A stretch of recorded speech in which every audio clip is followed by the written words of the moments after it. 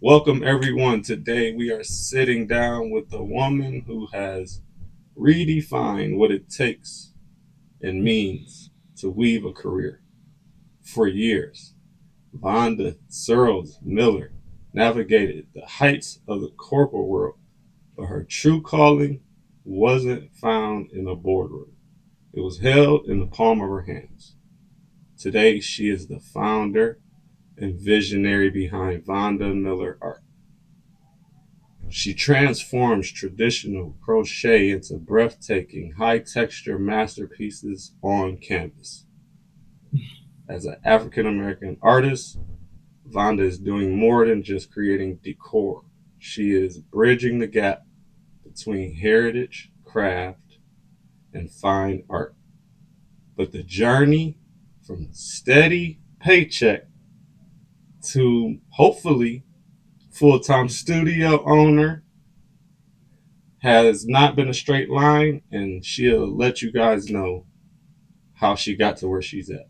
So today we're going to talk about the leap of faith, the reality of being a black woman in the art business, the highs and lows of the creative life, and what as a community we can do to help her business become an incredible business that can thrive. Vonda, thank you for sharing your space and story with us today. Um, Anything you want Thank to you for say? having me. All right. Um, so we can just hop right in. Crocheting it's a skill. You would say that some people would pass down through generations. How did you learn, and what was the moment you decided to move it from just crafting to something more? So I learned how to crochet when I was 7 by a great aunt, long time ago, and never crocheted again. Just stopped, never picked it back up.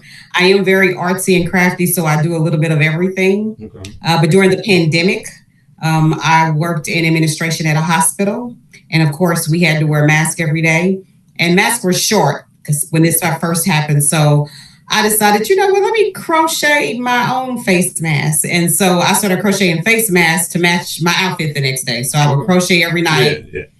and to when crochet a face mask to match my outfit. So I started doing that and then still stopped after that. And then I wanted to do something that was crafty with yarn. I wanted to do just pick up a hobby. And again, I'm crafty, so I do a lot of different things.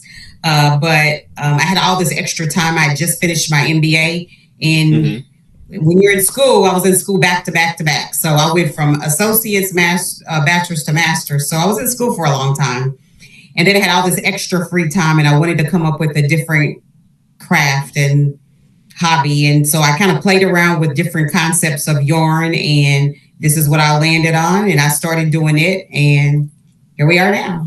Okay. So just to like navigate into that a little more, like what was your I would call it the aha moment. Was it just thinking of different ways to style your outfits? Because I kind of got into that a little bit, but we were just using pre-printed fabrics and just cutting them. But is that how everything started, just with the mask, or was it already on your brain to do more? So the mask was just because I like to do something creative and I'm Mm-hmm. always coming up with something. And I knew that I could crochet my own mask. I didn't have to order them because people were selling them. And, Yeah. like I'm in Kansas City. So people were buying Kansas City Chiefs material and making masks and selling them. And I was like, well, I can make my own. Now, I didn't sell mine, although people wanted me to, but Uh I was huh. just doing it for myself. So that's where the mask part came in. And then, as I said, it transferred into me just wanting to do something different with yarn. And I started creating some different things, and you should see some of my first pieces. Mm-hmm. And then I started putting them on Facebook. Yeah. So And was it immediate? Like did people gravitate to they what they did. saw? They did. And then I had people asking me, well, how much is that piece? I'm like, oh, Yeah. you Like want to I'll buy just it? Because I wasn't doing it to sell, making it to sell to make money off. I was just trying to find a hobby to do. yeah. And then from that, somebody asked me about going to being a part of an art fair. So I was at my first art fair, and actually the pieces that I didn't think were very great because I Mhm. just started, I had them back off in a corner, and people were actually saying, "Well, what are those in the corner?" And I sold them all. Yeah, So that's how it always go. Like the ones you yeah, don't really look at. I'm like my shirt right here. I got a lot of shirts, and the ones I gravitate towards, people want the other ones. So I'm like, hey, it's all the same art. But yeah, I noticed that with a lot of people, they say the pieces that they didn't value as much, people want them even more. So I think that's a good thing because you can that was easy for you to make. Kind of most of the right. time, the stuff you like, oh, I didn't like that, but I'm like, hey, mess ups. That's what this shirt Yeah. is about. Like all the mess ups, the people want those. The ones you And you know think. what I learned? What I've really learned most about this journey is how eclectic it can be, and how versatile it is, and also how everything is in the eye of the beholder. Mm-hmm. You know, art is, there's just so many lines and circles, for that matters, and techniques for art, and everybody is different. You know what? Some people may love my art and say that it's beautiful, but it's not their thing. You'd Mm-hmm. be surprised what I have in my house of my own art versus what I don't, because some of the art I create fits my style in my house, but some of the art I create does not. Yeah, because I'm definitely gonna ask for a piece after this. Hopefully, got some time to make it. But yeah, I never. That's why I wanted to interview because I never seen. I'm in Cleveland. I've never seen it. So, I mean, you have a whole market here. If you want, you come visit here. I'll set it all up. But it's a whole do a pop up shop because I know a lot of people that would love that in their home. What you have right behind you. Oh yeah, Because well, I don't know if that that Cosby Show painting. It was always uh-huh. on the wall at the Cosby Show, Right. and everybody wanted Yeah. it in their home. We got one. My whole family. But that reminds me of that when I see your work. It's just something that I think everybody should have a copy in their house of something you made, and Thank then you. turn it into like a tradition thing. Like we didn't have no connection to that artist, but it became a tradition. And when I go to my aunt's house, I want to see that painting on the wall that I got at my mom gave me. So, um, Right. how does your identity as a African American woman weave its way, no pun intended, but how does it weave its way into your art? Probably with just my faces. I Mm-hmm. find I do a lot of different art, and the faces, when I first started them, you should see some of the faces when I first started, because I was trying to figure out how to make them look good without having the eyes or a mouth. Because when I first started, I was putting like a felt mouth on it, but I didn't like it. Mm-hmm. So just that journey, trying to figure out. And so, because I get people say, well, can you make them? I want it to look just like this. And I'm like, I don't do that. All my faces are faceless so that you can picture it however you want. So I think that's probably what took off more so in that community. Now I'm very eclectic, so I have abstracts, and actually, believe it or not, more people that are not African American buy my art. Believe it or not, but I do sell a lot of it, and the faces are, I think, are the ones that kind of connect me with that culture, my own culture, and my community is the ones that I do with my faces. Yeah. And a lot of, so that kind of ties me in, and that was just by me kind of um trial and error, because I just couldn't figure out how to do the faces where I felt that they looked professional enough and not like I was doing a craft or art Mm-hmm. project sitting at the desk. So, Yeah. but I think those are the ones that probably tie me most to my community. However, um, all my pieces do. I do. Yeah, I think they all do. But I personally too like that. My style is eclectic enough to where everybody wants a piece. So, and then I've actually have created some pieces with a black face, Mm-hmm. and somebody reached out to me and asked me would I do it with a white face and blonde hair, and so Yeah. I did. Yeah. And I was gonna ask that. Just by the piece behind you, by not having the eyes, it could reach multiple people because you Yeah. don't know what And, that could be an Indian culture mhm, a moment like correct. whoever. Mhm. So Which it is why reaches so many people. Yeah, which is why I try to do the different. They have all three different face tones Hair, in it. curly hair, afro. I Yeah. mean, it just yeah. So you could do so much with what you're doing. And I was gonna ask, like, if someone else wanted to represent themselves, would you do it? And you said yes. So I've already done it. Yeah, some I had a people. lady. Yeah, I did like a wedding dress one, a black girl with her Mm-hmm. hair up. And I actually had someone who was Caucasian who reached out to me and said, "Hey, I love this. Can you do it with her Caucasian skin tone and blonde hair?" And I did. Yeah. Once you just said that wedding, I pictured the dress. Oh yeah, yeah. That's so what would you say was the final nudge to, like I'm talking about filling out that LLC for that business, and going to get that bank account and signing up for uh, festivals? Like, what was the final nudge? the first big festival that we had here in Kansas City, which is Westport Art Fair, and it was the first big one that I had done, and I did exceptionally well. Mm-hmm. And so my art was taken by so many that Channel 4 News could have chose anyone out of the 180 booths, and they chose mine. So, and when they put me on the news, I was on like the Sunday morning news, and literally, I had so many people come to my booth from seeing Mm-hmm. me on the news that day. And so it let me know. And then then people were buying my art, saying, "This is too cheap. You're cheaping yourself. You need Yeah. to raise your price."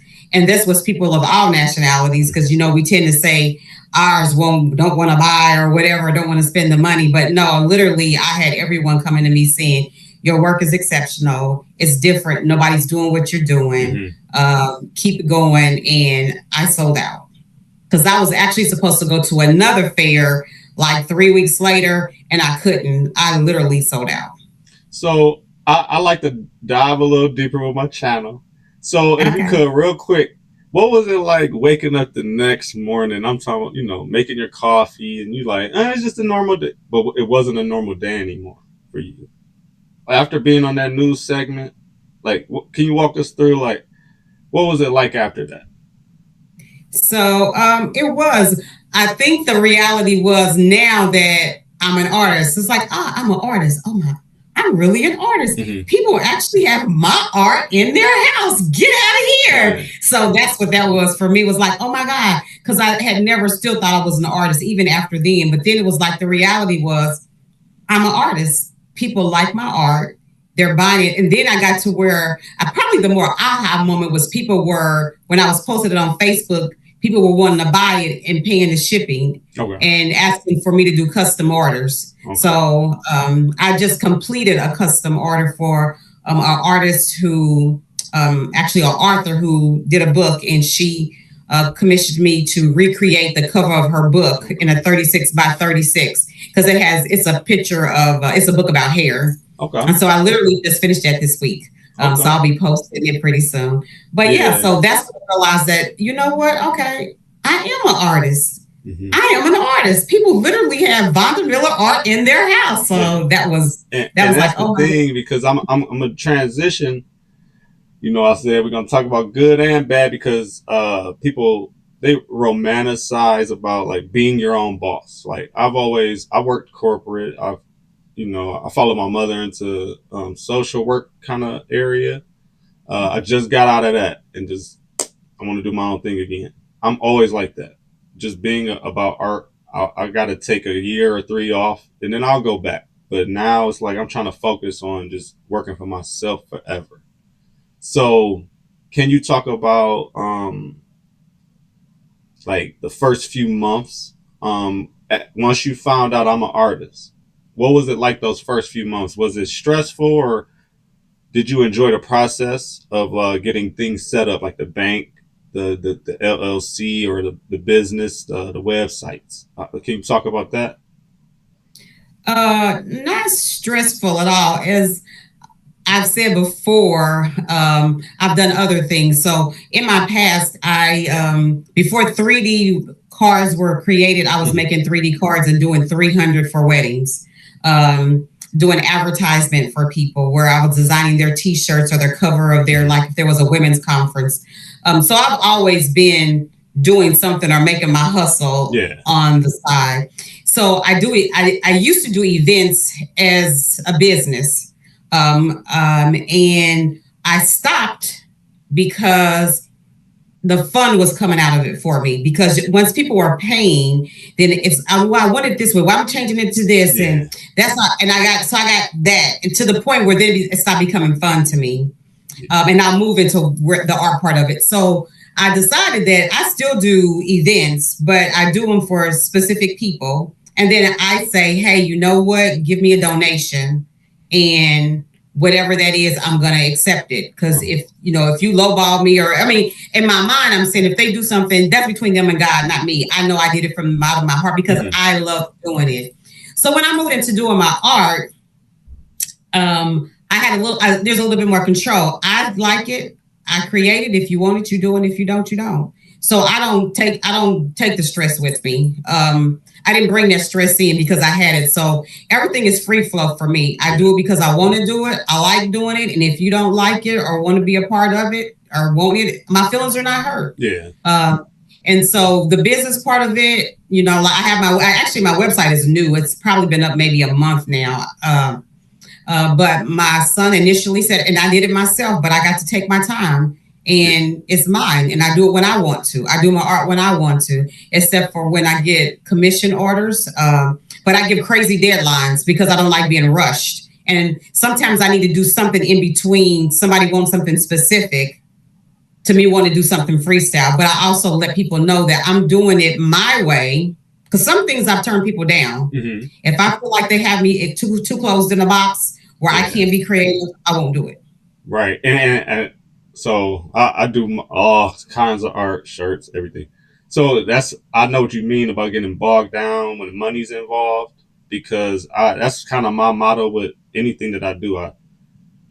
I pretty much tell them what are you willing to pay because I'm still going to give you a good product and I just know where we stand. I'm not trying to force you to miss a meal or miss your rent so you could get this item that you want. I'm gonna work with you. And if it comes down to it, I could do it free. I do it free for other people. So, it's just about approach and how people come.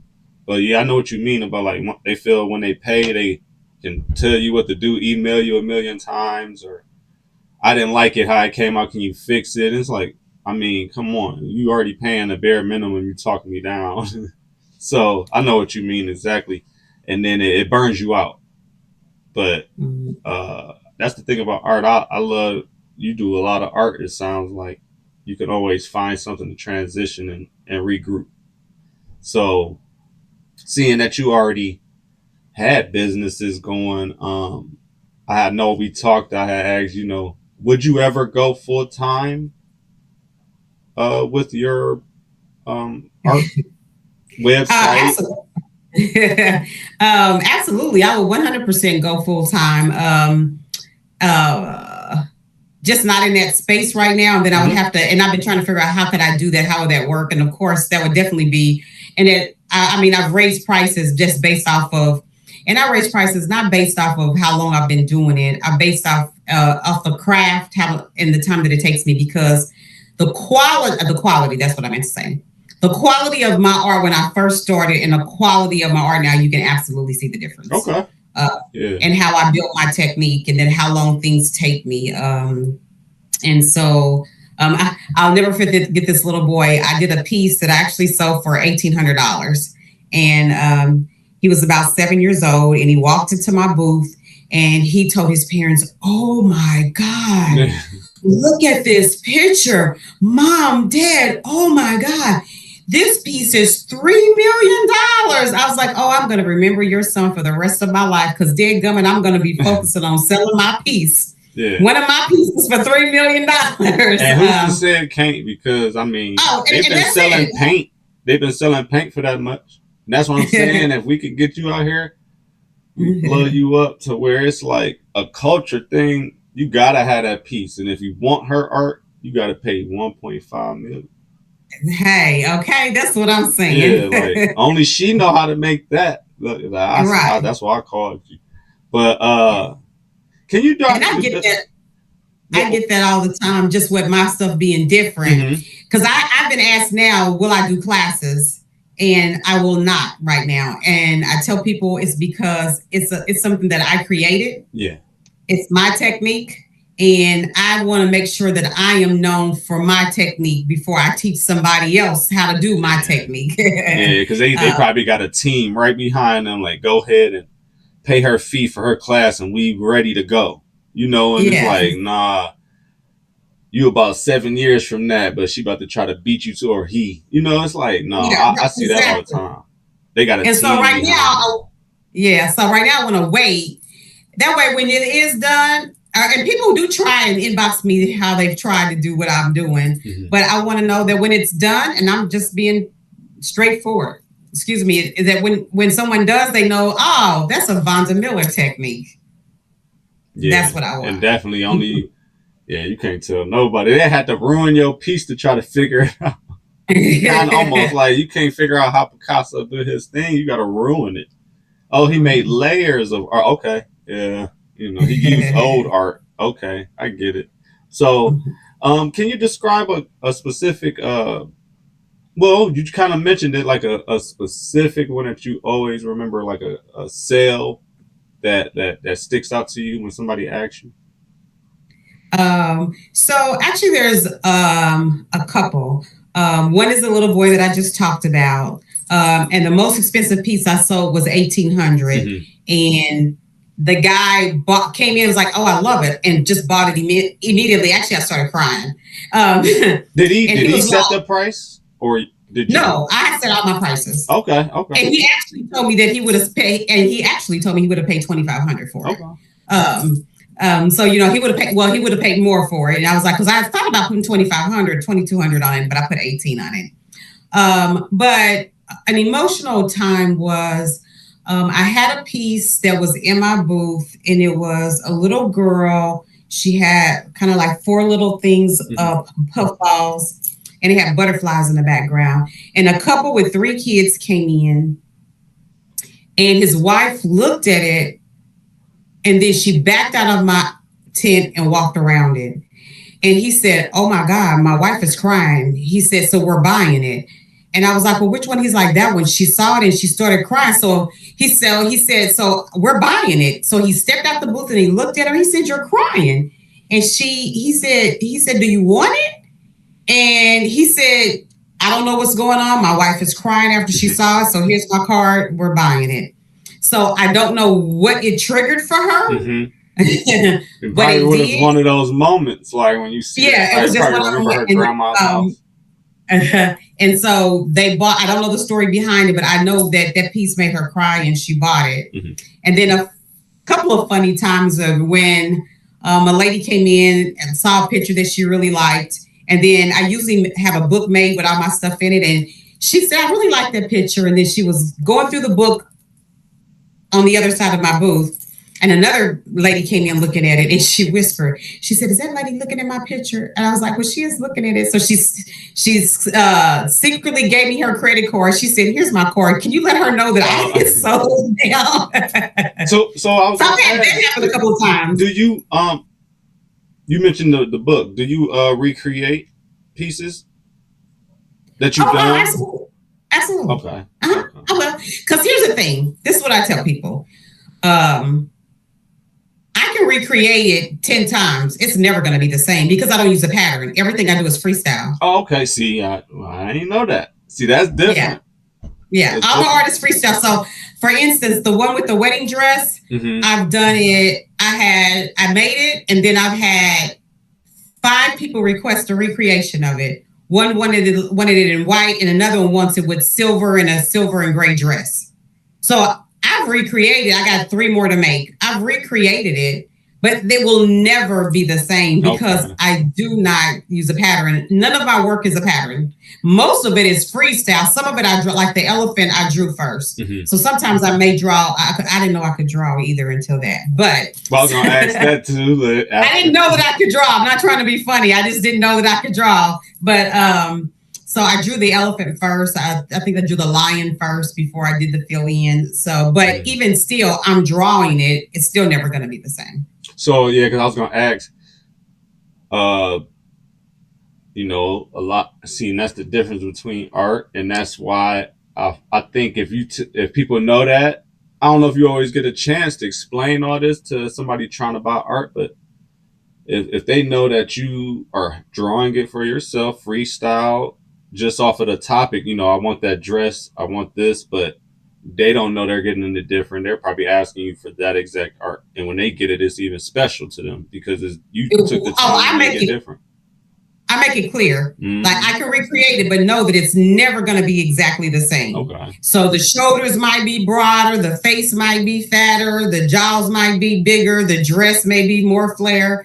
I have a piece called Amethyst, and I've actually had two recreations. One lady wanted me to do it, but she wanted her skin darker, same purple background, same black style of hair, but she wanted her face darker.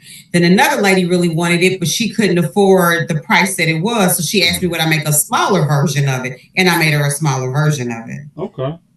And that's the thing. So every time you do a recreation, you're noticing they still love it. Correct. So that means it's definitely you. Because I mean they not paying for that's what I'm saying. You pretty much I wouldn't even call it a recreation. Because you would be using the stencil.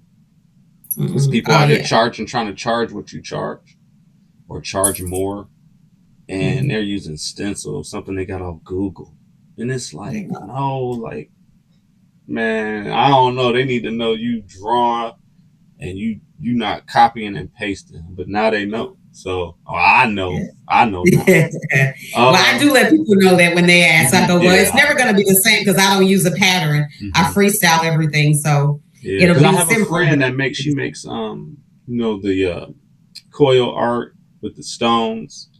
So I mean, she's making like elaborate pieces, and she said the same thing. I didn't know I could draw, but I have to draw it out, or at least a quick sketch of an elephant. Outline. Yeah, elephant, whatever that elephant is in my brain. I put it down, and then I build my creations. But people ask her all the time. I want that. Once she sells it, it's over. She doesn't have a pattern, and like you said, she don't even. I don't think she recreates.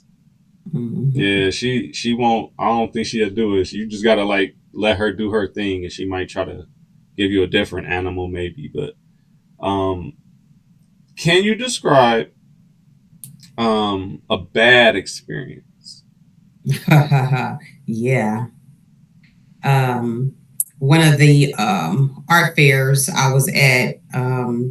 But I'm gonna tell you, what the devil make for bad, God will make for good every single time. But let me tell you. So one of the art fairs, they have security. Security is always there. I think security just kind of failed a little bit this in particular night. So somebody had got into my booth and stole one of my pieces. One of my pieces that actually had a little sentimental value to it because I had started this lion and I had stopped and it was all freestyle. I didn't even draw it first. I just made the eyes and built the face off of it. And I stopped for like 6 or 7 months and my husband said, so when are you going to finish that tiger? It was a tiger. When are you going to finish that tiger? I was like, I don't know. So I went ahead and I finished it and it was in time enough to be a part of this and it got stolen. So the next morning when I realized it was stolen, I put on Facebook and Instagram that if you see this piece, please note they stole it. They did not pay for it. Do you know so many people reposted that on their Facebook and Instagram that I had so many people come into my booth to that art fair because they saw that post on Facebook and Instagram. So they wanted to come out, see my art, either buy some art or just support me and let me know. There is 2 different small companies who reposted rewards. Of their own. I don't even know these people, but they posted that they would give a reward if it is found. It hasn't been found, but I figured with all the advertisement, whoever got it probably ain't gonna never let it get out. Yeah, they won't even probably hang it up in the house. Somebody, locally get upset, But they stole that piece. But again, it ended up being advertised all over the place. Something you didn't even pay for. It was just free advertising. But it was, and the support behind that. Hopefully you can find the have you found any like spare time, energy, mentally to recreate it for yourself? Um, I am no. Well, it is not. It's a technical piece, Mm-hmm. but I'm actually going to recreate something similar to it. It was like one of those kind of a orange and black and white cats, and the tiger. And I'm going to do one. I'm actually going to do one, but it's going to be kind of a white and black and cream with blue eyes. So Okay. I am going to recreate not the exact same, but something similar. Yeah. Because I know you said it was cinema. You know, you had finally got it done, and Yeah, yeah, I know and it was you the could one piece recreate my it, husband but liked. maybe for Mm-hmm. yourself. So is there your job that you was doing before everything took off? What is there anything that you brought from that into assisting your business, your personal business? Is there anything that transferred over that you can say that really helped Yeah, you instead of like some people just try to go into their own? What I'm getting at is like I don't want people to always just think that they can just do what you do or just jump off the cliff. They need steps. And do you feel that the steps you took working and building your own thing on your own slowly helped you in the long run? I think, well, for one, I was doing a lot of stuff before this. I've been hustling, doing stuff on the side since I was probably 17. Okay. And I'm way older than 17 right now. So I've always had that hustle on the side. I just always have. And to make things happen, if I want it done or I want it to happen, it's going to happen. I think what I have learned in the process, probably with education wise, and I used to be a supervisor, so Mm-hmm. I supervise people and personalities. So I learned to not take things personal. I do the best that I can. If they like it, they do. If they don't, they don't. I'm going to do the best that I can according to me, and I'm going to make sure I'm good. And me and God talk about it through the Mm-hmm. whole process. Whenever I'm creating something, I'm like, okay, God, what color should I do? This is the color I want. What you think? So I really have a conversation with God all day Okay. long. Uh, Yeah. and because people say, you pray, I mean, I pray, but me and him be talking all the time because I want Mm-hmm. to, yeah. Like a So that's just friend, how I like function. sitting on your shoulder. Yeah, right. No, Yeah. sincerely, that's how I talk. Yeah. That's how me and him talk. Um, and so I feel like that, and then again, supervising people and how you communicate and how you talk. I feel like I've taken that with me when I'm Okay. dealing with people, when I'm dealing with, even when I'm dealing with people who are negative. Because an example, I've posted the picture that I did of the black bride and the white bride side by side and said, Mm-hmm. hey, I did this one. Somebody wanted me to recreate this one, and I was just showing. And I had some people come in there negative. Well, why would you do it? I wouldn't have done it, or Yeah. some people said, well, so two of them I'll share. Well, her shoulders are broader this way. And I like the other one because of this way. And I said, you know what? Isn't it wonderful how God made us so uniquely different? And wouldn't it be something if we were all shaped the same? That was my comeback. Mm-hmm. You know what I'm saying? One said, well, you should have used a different type of yarn and showed me a picture of the yarn that I should have used. I was like, well, thank you for your input. Are you saying that you're placing an order and that's the kind of yarn that you would like me for to use for your order? So And I just then it's think like when you kind of hitting them with a jab, but it's a good holy jab.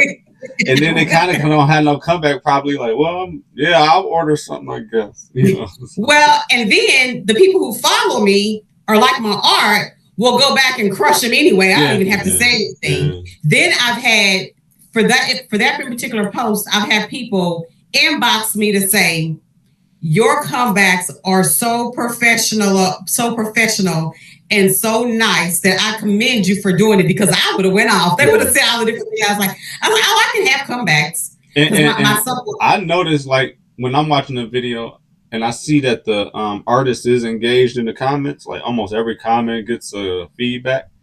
Uh, and the person is funny. That's a personality that I think a lot of people gravitate towards. Like we're at the end of the day, there's so many trolls you would say on the internet, and they just do it Mm-hmm. to release energy that they want off them. It's nothing personal, like you said. You can understand that they just want to do it on the internet, and your post just happened to be there.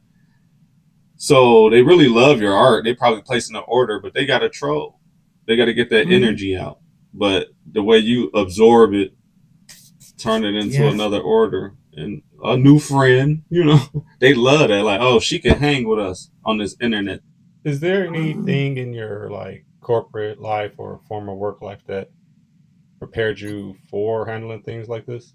So I'm like that in person, period. You just have to know my background and my story from back in the day. So, because I've always had quick comebacks. That's just, I've been on my own for a long time, very early, and I had kids young and early. And so how I focused on raising my children and how I wanted them to be successful and how I communicate with people. And actually my mother was like that too. For one, I accept people for who you are. If you show me who you are, I believe you. Now I will never X you out my life. I just put you in a different file cabinet. And that just means where what I would do all this for you, I probably won't. But if you still wanted something from me, I would probably still do it. It would just be a limit into what I do. So I never X anybody out. I just deal with you differently. And I do that. Yeah. And so I do that in every aspect of my life. Even if it's family, if it's friends, if it's Facebook, if it's coworkers, I don't X you out. I just deal with you differently. And so I learned how to communicate. And so I think that's the biggest thing, especially as a supervisor, because everybody got different personalities. And I like to communicate and uplift, not to belittle and bring down. I'm not going to ever bring you down. You can talk about me and bring me down all you want to, Yeah, but yeah, I'm not giving you that energy. yeah. That's why I said like people are always trying to troll and they just need to get that energy on. But just shifting back, we mentioned family. How do you manage family and trying to do your art and not cutting any corners with that? Well, all my kids are grown, gone, and got families, except for one. He's grown, gone, and he's single. But I have 9 grandkids. So Yeah, so you know, yeah, okay, so I have. so you definitely know about time crunching and people trying to utilize you to babysit and I you only have know one grandkid that lives here, actually. Well, two, I'm sorry. One is 16, so they don't care. But, as a matter of fact, my 7-year-old grandchild that lives here wanted to spend the night last night and be here today. And I said, not this weekend. But so here's for instance, if we want to say navigating, what I did learn to navigate when I started this project was I am happily married. And I have first I was just crocheting in my family room. And then it got an abundance of yarn, and my house is very well put together and organized. And so we decided to kind of redo my basement so that I could have an art studio down there. And so then I would be downstairs doing art. And one time my husband said, "Hey, love, what are you doing down there?" And I'm like, "Well, he knows what I'm doing down here." I went, "Oh, you know what? I need to manage my time to make yeah, you gotta sure." like come upstairs. You Yeah. want to check on a husband. So, and just watching TV. So, what I do now is, and how I navigate is when I'm crocheting, because I have to crochet first before I can to put on the canvas. So when Okay. I crochet upstairs, hanging out with my husband, watching TV, and then when I go to put on canvas, I go downstairs to my art studio. So that's how I navigate, because at home it's just me and my husband. Okay. So that's how I do that. But when I travel, and I travel a lot, I even have posts where you see I'm crocheting on the plane, I'm either crocheting in the car, or they see me on the hotel on the balcony where I'm crocheting. So I have yarn with me everywhere I go. Yeah. You try to do your thing and manage the time and everything get chaotic and people start recognizing you and you out Mhm. somewhere, they might walk up to you No, for real. and like you starting to get paranoid and freaked out on people approaching That you all the is so time. But true. who's there to like support you when you go do these events and stuff like Well, my that? husband is got, as I said, He definitely supports. When I first started this journey, he said, let's go to some of these art fairs so you can see how their booths are set up. Maybe you'll find somebody you can ask questions. But that was my husband who took me on that journey to so I could get ready. So when I get ready to do a booth or an art fair, that I would be prepared. So he did that. Yeah, he'll critique stuff. Well, I ask him what you think. So, and then when I set up my booths, it takes us 4 hours to set up a booth for an art fair. But my husband he takes off work and he is right there beside me, helping me out. But yeah, so otherwise, but because if I'm sitting and watching TV and that's all I'm doing, I'm like, this is wasted time. I could be crocheting at the same time. So I always got yarn with A me. care package with you. Uh, Yeah. while I was waiting on this to start, See? See? I was sitting here. I was like, okay, until it started, I'll sit here and crochet. So no, I always have yarn in my hand. See, that's what it is. Like you always doing something knitting. Yeah, but like we said, it's you're doing something and then people walking up to you and you uh, getting startled. They walking up to you not knowing what's going on. But it's best if like they just let you do your thing. But you got fans now. You need to. Well, and actually, I get that now. So that makes me very cautious. So I'm one of those, I am straightforward. So if I don't like something that's being done to me or said to me, then I will be straightforward and correct it, like if I'm in a store or whatever the case may be. But I do it very professionally. And I say that because everywhere I go, I will get asked, aren't you the lady who does crochet yarn art? And I go, yes. So are people double taking me? And I'm like, they must know me from my art. I've gone to department stores, craft stores, grocery stores. I've been in a hospital, and I will run into somebody who say, "I'm sorry, but aren't you the lady who does the yarn art?" So I get it all the time, which also makes me very conscious of how I act in public because I have a brand now, and I can mess up my brand if I act stupid in public and somebody sees me. Yeah, and that's the thing. Like you travel, you do things, and we can get bogged down and focus on like what we're doing. But now that we in public, we don't know that we got fans now, and you could be doing something and they walking up to you and just invade your space or just touching you, and you like, aren't you that person? Aren't you this and that? But it's like, hey, you don't have to come touch me.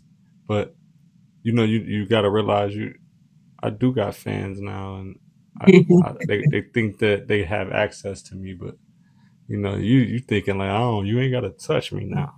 But just that, how do you manage that reaction and bringing in things from the corporate life to handle that? Because I mean, I feel like that's what's you looking over your shoulder all the time, and you trying to figure out who's who and what they want with you, and they touching you.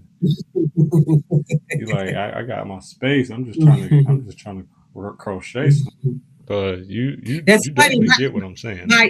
My youngest, well, my two of my kids are artists as well, and my middle son just said that he was having a T-shirt made with his QR code on Yeah, I used it. to all the time. I used to back when COVID happened. I used to shop for people through my business. Mm. I was way before like Uh-huh. FedEx, Amazon, and all them. Uh, Before they could do it, I just didn't have access to build an app. I would go shopping and shop for my Right. friends and family, and I would always love to be out, but they wouldn't want us to shop during COVID, so I would go and have like them shop with me.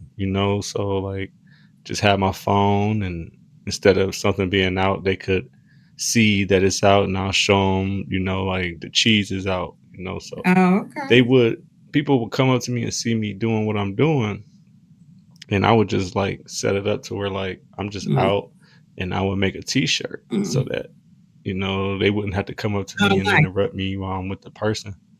So that was my thing. I would make my T-shirt, have go shopping, have the people, and they could read my back of my shirt, and I could just do what I need to do and have this one-on-one session Mm. with the customer. But your son, he Yeah. right on track with that QR code. That's what I did.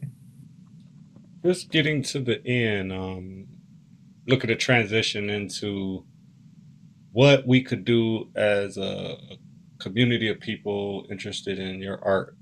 What could we do, in your opinion, to assist you, I'm just just assisting in anything you may need? Just share my work. I'm on Facebook. Facebook is Vonda Miller Art. Instagram is Vonda Miller Art. And I do have my website now, which is vondamiller.com. Just share it. Just share. When I'm at functions, I'll probably be in Westport again this year. I haven't got the final notification. But I'll be at the Westport Art Fair this year, which is the first weekend in September. Currently, I'm in a couple of art galleries. I'm gonna actually our art gallery reached out to me yesterday for me to have art in their gallery, so I'm gonna have art in their gallery. And in May, I'm gonna be in two art magazines. I mean, not May, March. I'll be in two art magazines. So just follow me on Instagram, Facebook. I have more followers than I do Instagram, but and just share my art. Most of my art is sold through Facebook and Instagram. Believe it or not, I just shipped something yesterday. Somebody on Facebook found me and wanted a piece, and I'm shipping it. So I sell mostly local. I sell mostly local when I go to my fairs. But outside of that, most of my stuff is shipped because people are buying it from Facebook and Instagram. Okay, so like even with that, you might have someone trying to navigate how to do this for themselves, and that's Mhm. remarkable in itself because you're doing it that and you're doing your art. So was that hard to navigate using Facebook and Instagram and all these So avenues to get your work out? So what I do is, well, I'm gonna tell you what really helped me the most is I've joined a lot of crochet groups. My stuff is so unique that when they see mine in a crochet group, they're like, oh, because they're looking for a sweater, a dress, a top, a hat, some gloves, a scarf, and that's not what I do. So, because when I first started being a part of some of these groups, they was like, no, this is for crochet. I was like, oh, this is crochet art. Is that not what you asking for? And they went, oh my God, I didn't realize that was crocheted art on the Yeah, canvas. it looks so Yeah, so they had real, to correct this up. So for has been beneficial to me is I'm a part of several groups that have like 900 followers. And so when I finish a piece, I post on my own Facebook page, but I also post to those groups. And that's how I got the followers I have now. It's because I post on so many different groups who like my art, who want to buy it, and then I tell them where my Facebook and my Instagram page is. And really, that's all that's happened. Yeah, Sincerely, that's yeah, all because that's I happened. mean, even the stuff I'm doing, it's so hard to try to do the work and navigate how to gain all my followers and get fans and subscribers. So I'm still learning how to do all that, and to know that you're doing that is like I said, remarkable because it's people trying to follow you, and to know that you can get all these followers off of one click, and you probably didn't even pay for that. Oh, it didn't cost me at Yeah. all. See, that's smart. Mm. You started with that ground level, and for me, that's good. You started with the ground level marketing plan, and it's worked and propelled you all over the place. So you didn't have to Yeah, I spend was going money. to say another. We talked about things that a bad experience. I did have twice where I had posted something and then somebody else reached out to me and said, "Hey, this person just reposted that they did it." So they had reposted. I did a chair. I did, and the lady had posted that she had redid this chair. That the chair had been in her family for like 15 years, and it was just sitting in a corner, and she decided to redo this chair, blah blah blah. So I took care of that. So, um, but it's funny because even when that, and even it's a picture of me in it. So the lady had said that she had made the chair for me, and I was the one who was saying that I liked the chair. That's so Oh, like funny. she. But everybody who saw that, I got so many messages because they knew it was me. So even though somebody again was trying to do something claiming it, people saw it and recognized that no, that's something that Vonda Miller did. You know what I'm saying? So it always works out for me. And like I said, it's so hard to like watch your work while you're doing it, and I'm sure people have been trying to do what you do, and claim it as their Oh, own, they but it's have. just tacky. Like you got to give credit to where it came from. If they can't do it like you, it's not gonna come out the same. It's like Right. Right. as far as art, where do you see, as far as art, where do you see your canvas art in 5 years? Oh wow. Um, Hopefully at that point I could be doing it full time and that's it. That my name is out there enough to where people really want it. Um, so that would be awesome. And at that point, I would hope that I'm at the place where now I can actually do classes. Because I'm okay with doing classes. Because one of the things that I would like to do is pre-video it and then have it on my website, then I can be making money while I'm asleep because people are going, you know what I mean? Oh They're yeah, going up oh yeah. because they want to do one of my tutorials. So that is definitely the goal within the next 10 years. I know that I just haven't wanted to do it yet because I felt like I'm not known enough worldwide for my art before I start showing people how to do it. Okay, so looking at that, like when you say in 5 years or 10 years, you want to be to the level of fame and notoriety to where anybody that see anything else similar, they know it's Vonda Miller, and you don't have to worry about all these legal things and chasing people down. It's like your brand is your brand. Is there someone or some level that you think would be Mm, satisfactory to where you think you would like, oh, I finally made it to that level and I can recognize I'm at that point where I don't have to mhm, chase anybody down trying to steal my art, or I've skyrocketed. Is there somebody that is like that in your mind where it's like maybe a Tamron mm. Hall or a Oprah or somebody like that? And would you say that's the only thing like keeping you from doing teaching and tutorials? Because I could see you doing that in your shop, at one point. Is No, there something you're waiting the for in notoriety. that? Okay. It's the Okay. notoriety. I'm set, ready to go. I have too many attorneys in my family and friends, so I know what needs to happen. I'm just not. I'm just not where I want to be yet to make that happen.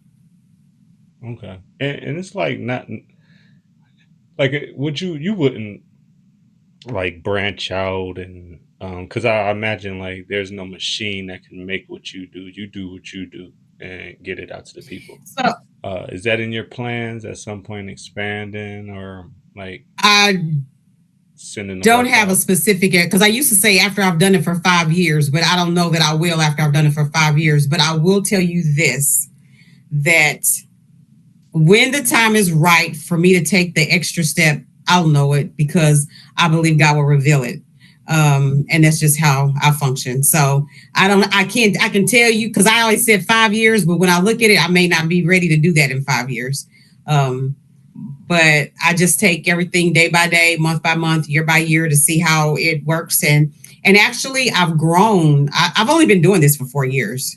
And see, okay. See, I didn't know that, and the viewers didn't know that. Yeah. So it's good for them to be able to watch a video and see all these things that you're saying because all that Yeah. ties into when they pay your price. It's like there's no need to hackle with that. Like, Well, it's all there. You and I put in still the don't work, feel you like do this. I tell people this. I go, and I still don't feel like I think my art looks nice. It looks good, but I will tell you that for me, I still don't feel like I have perfected it yet. And I think that's the thing. And probably it's because I'm not patient. I know y'all look at my art and go, "She's patient." Really, she's not. I'm not. I'm not Yeah, patient. okay. So I have to really work on my patience so that I can do more delicate pieces. Because I did a piece that actually sold at a art auction. Um, well, actually, it was supposed to be part of the live auction, but people who want to buy have the option of paying a lot extra to do a buyout. And 5 pieces were done as a buyout, and my piece was one of them. But that piece was very delicate because I used and it was delicate. Yeah, it was a delicate piece. It really was. So it just took a lot of time to do it. And I think if I can have more patience to do more pieces like that, they would probably sell for more. And I think that they're more, the quality of them is higher. just because of the little details that it takes. Mhm. But that's patience on Yeah, me. and that's kind of why I had mentioned like, would you ever later on after 5 years consider, because it's strictly on you. Like, would you consider bringing in people that you trust to teach and mentor and get your hands on to show the right techniques to help assist you with So it's gonna always that be extra burden? So it's going to always be Vonda Miller, point blank. I'm pretty sure of that. Now, what I will do once I get if once I get bigger, I was going to say if, but once I get bigger, I'm going to speak that into existence. Is have people crochet for me. It's still Okay. going to be Vonda Miller. I'll just have people Yeah, crochet for me. and like be like dishing it out, and you do Uh, this for me, yeah, you send it back, you do this. Yeah. Okay, I got right. So I could, because the crochet part that I'm doing, I could teach somebody to do. you. Okay. So, but that would be the most that I would have actually create the art. I mean, and not that that wouldn't happen if I got to that point. Don't get me wrong, that's possible. But when I look at where I get big enough where I need to produce more, I would probably hire Yeah, somebody to crochet for me. because it's all you. There's no machine that can do this No, for you. that is so funny. I thought about a machine last night. How can I create a machine to do a single crochet Yeah, I chain? mean, you gotta. That's your next thing. You're gonna go ahead Right. and have a machine work for you so you can sleep at night, like you said. And but I just picture you being able to like bring other people in that you trust to Um, do the patterns the right way, like you want them, and full time go and do your thing at your which studio. is which is why I crochet out because I can find somebody because this takes time just to do this, and I have to do this before I can create. I have to crochet. So that would be the one thing that I would hire somebody to do is to actually crochet for me, and then I could create the art on my canvas. Because this takes more time than it does to do the creation of the canvas. The crocheting for that is what took the time. And I can see like later on, we could set something up where we got a campaign. All the women around the world, if they want to come work with Vonda Miller, they come here to our community, and we can dish them out and separate the best for you, so that you can have a little network of workers. For the viewers again, I wanted to take a look at the process of when you decide your yarn or what type of material for your projects. I know it's difficult It is. going in and It knowing what. is. So it really depends on what look I'm trying to get. And I can use the one, for instance, from behind me. So their faces are this thin yarn. I want thin yarn to do their face because I need it to be very precise. And then when I do the flowers, I use a thicker yarn because I want them big and bulky and the hair big and bulky. So there's a different type of yarn. And then all three of these hairs, I believe, no, so the middle one and the back one, a hair, it's the same type of yarn, just different color. But the one on the end, the afro, is a different type of yarn altogether. And so it just depends on what look I want. And that makes a difference. I think the one I told you I did at the auction, I had specific yarn picked for that because of if it's going to be tedious, I need thin yarn. And when I want something bulky, I use a bigger yarn. So I do have I don't have specific brand. Well, I have specific brands that I buy, but it's based off of what type of yarn that they sell and what I'm looking for. Like I'm been thinking of another project and I don't have the yarn I'm gonna have. And it's funny, I don't have the yarn that I need, but I have 26 huge buckets of yarn downstairs in my studio. Yeah, that's how it is with my stuff. I got extra material, but it's not the one I need. It's something special, and only But you not would the one know. I So need. you got all this stuff, but it's that one that I need to Mm. find. That's what people don't get either. If I was to charge you by the hour, the time that it took to make it, it'd be in the thousands of dollars. You know what I'm saying? So That's why I don't charge by the hour. I charge like based off of what I wanted to do. If I was gonna do it for you, I just like to see what you want to offer, and then I go from there. There's a box of like honor and like dignity that somebody can give to you for your work, but I don't. But I don't like go in with like a set price or anything. I try to do things because I want to do it, and hopefully they enjoy it and I enjoy it, and we keep working together on simple projects and keep coming back as mutual respect to each other. But when people try to like come in with different motives, it can turn you off immediately. So that's what I wanted to really establish doing this, and uh, have the people get to know you, because whatever you charge for your price, they need to know that you are putting in extra. You're doing more than the average person. Yeah, like that elephant that I did, I sold it for 1,800, but it took me over 300 hours to make it. See, it's almost an unsellable piece at that point, and it's like whatever price she puts on this work is what it should be bought for, and no compromise. I don't Like, know. It's do just you get haggling, or do they just, do you just set their price and then they because tell you? initially I was gonna have. I think my final price was 2,200, and I ended up changing it to 18. When the person who bought it actually would have paid $2,200 for it, but I sold it for 18. Okay, I remember my so like, what made you at that time not ask for five? 500. Like 5,000, like $5,000 Oh yeah, nah. at that time. Like, why couldn't Because you ask for 5,000? I would have felt like there was like I'm not spending no $500 on that from that girl. That was where my head was at. Who's gonna spend five? Ain't nobody gonna spend $5,000 on that. Really, that's where my head was at. But I was like, because even the 2,200, I was like, yeah, they're not gonna spend 2,200. I was like, but it was worth $2,200 because I know how many hours I put in it, and I know the look of it. It's one of my finer pieces. It's one of my masterpieces. Actually, I can really say that it really is. It was that the So was quality. that early on, like, Um, or it recent? was last year. I sold it last year. So like, So you said that was your masterpiece. Like, is it early on in your journey, or did you have to build up to that where you at now, like, it was last over year. time with your technique? Yeah, because this piece was very detailed. It took a long because I used very thin yarn, and it was a 36 by 48. That's how big that piece was. And it's very, very, very detailed. And so, yeah, but I was gonna do it for 2,200, and I was like, ain't nobody gonna buy. It's worth it. It's definitely worth it. And the guy, when he came up, he's like, I want it. And then after he actually paid for it, he said, I got it at a deal. He told me I really got it at a deal. Okay. Yeah. So did he like take it Oh home yeah, with it was at a him? booth. So it's like big and No, do they you take it. make big pieces? At the booth. They buy. The only time when I'm in a booth, they take it and buy it immediately and take it with them. So are these like nice size ones, or like, like Yeah, they're. large, or do you need to arrange some type of like truck to Oh come pick up no. the work? Now I literally had this conversation last night. So my car will only fit, the biggest it'll fit is a 36 by 48. So I cannot do anything bigger than that. I actually went to go buy some pieces and thought we could put it in my husband's car and it won't fit.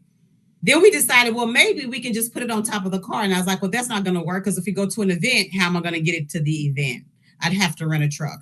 Um, And that's what so, we do this for. Like, one of our viewers might have a transportation of an art transportation project, and they, one day can link up with you and get your art to where it need to be. That's what, I see in the future. yeah. Somebody linking up with you and getting your art to where it need to go for free. So let's expand Yeah. this and get Vonda Miller art out there. So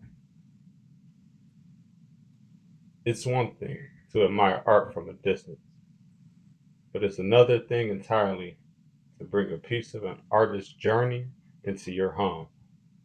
Vonda's work at Vonda Miller Art is a reminder that we don't have to stay in the box the world builds for us. When you support Vonda, you aren't just buying a canvas, you are investing in a dream that took courage to pursue, a craft that honors heritage, and a small business that represents the heart of our community. Here's how you can grow with Vonda. Invest in the piece, share the story, and show up. Like I said, I'm gonna get me a piece made. So hopefully you're not too busy, and let them know where you're gonna be next. The next event is I'm going to be in a couple of art studios. I'm in one now at Buttonwood Art Space. And I'll be, a new piece will go into their art gallery at Buttonwood Art Space. And then I just got asked to be in another art gallery literally yesterday that's in Overland Park, but I can't remember the name on the top of my head because I was literally just asked yesterday. And then Westport Art Fair, which is in September, will be coming up. And then I'll put on my Facebook and Instagram page. I am going to be in 2 art magazines coming up. So, Yeah, because I definitely want to make sure I'm able to find out where you're going to be at or what you're going to be doing later on in the yep, future, we can. and focus on staying in touch with you and not just watching something. But I'm going to get my piece commissioned if you're not too busy. I mean, you big time. I'm just a little thing now. You big time now. But if you got time, I would love to get a piece commissioned, and I'm we going to can. stay in contact. People, please lock in. I thank you for tuning in as always, and I thank you for coming in. You've been great and an inspiration. Thank Thank you. you. Stay locked in. Like, share, subscribe, Bye. and thank Thank you. you for having me. Bye bye.